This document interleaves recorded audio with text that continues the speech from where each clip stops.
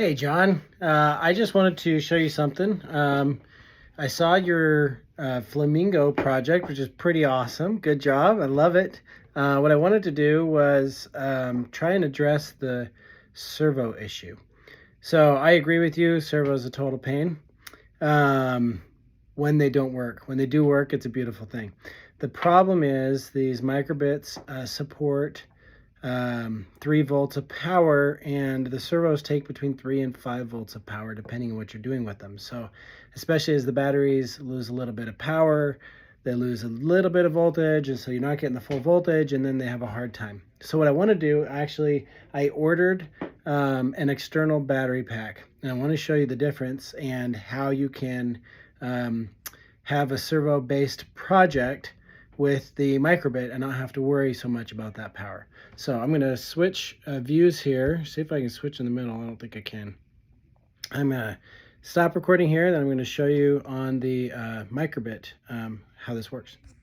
Okay, so I've created a microbit here. You can see I've got just a real simple program. Right now it's showing the lights going straight down the middle. The purpose of this is to I'm just going to move this thing back and forth, right? Now, this is powered the way that you've powered your servos before. So you can see you've got this signal is coming from this purple wire. You've got the blue wire is wired up to that 3 volts of power. And then the ground is coming back through here. So you can see over here on the servo itself, see if I can get that in focus. The brown wire is the ground, the red wire is the power, and the orange wire is the signal. So what this is supposed to do is when I press both buttons here, and I should have made this a one-handed operation, but I didn't. I'm just going to press both buttons.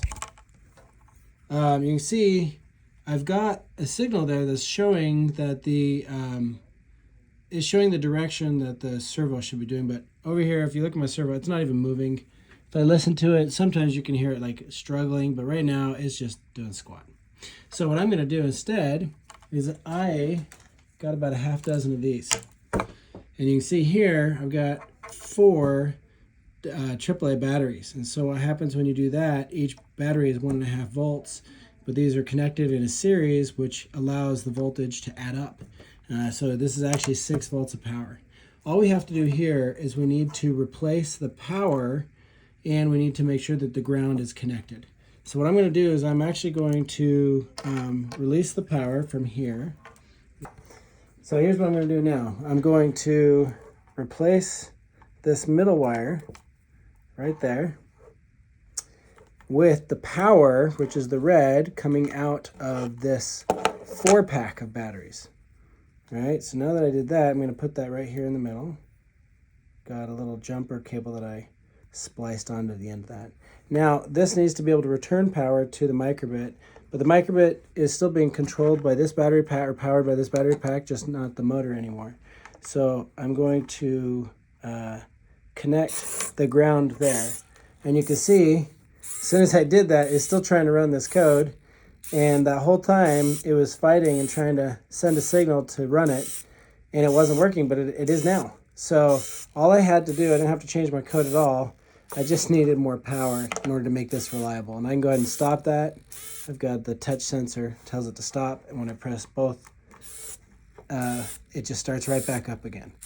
So that's really the reliability issue you were having with the servos. It's a power issue with 2 volts here, or 3 volts, 2 AAA batteries.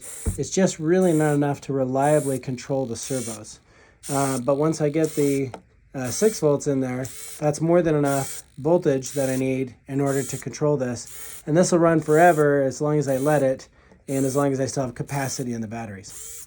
So hopefully that's helpful to you. If you'd like to come and get one of these, you're welcome to come and get it and play with it a little bit. You're here all the time, so I figure you're welcome to come over and do what you want. So hopefully that's helpful to you, and good job again on your flamingo project. I thought it was pretty cool.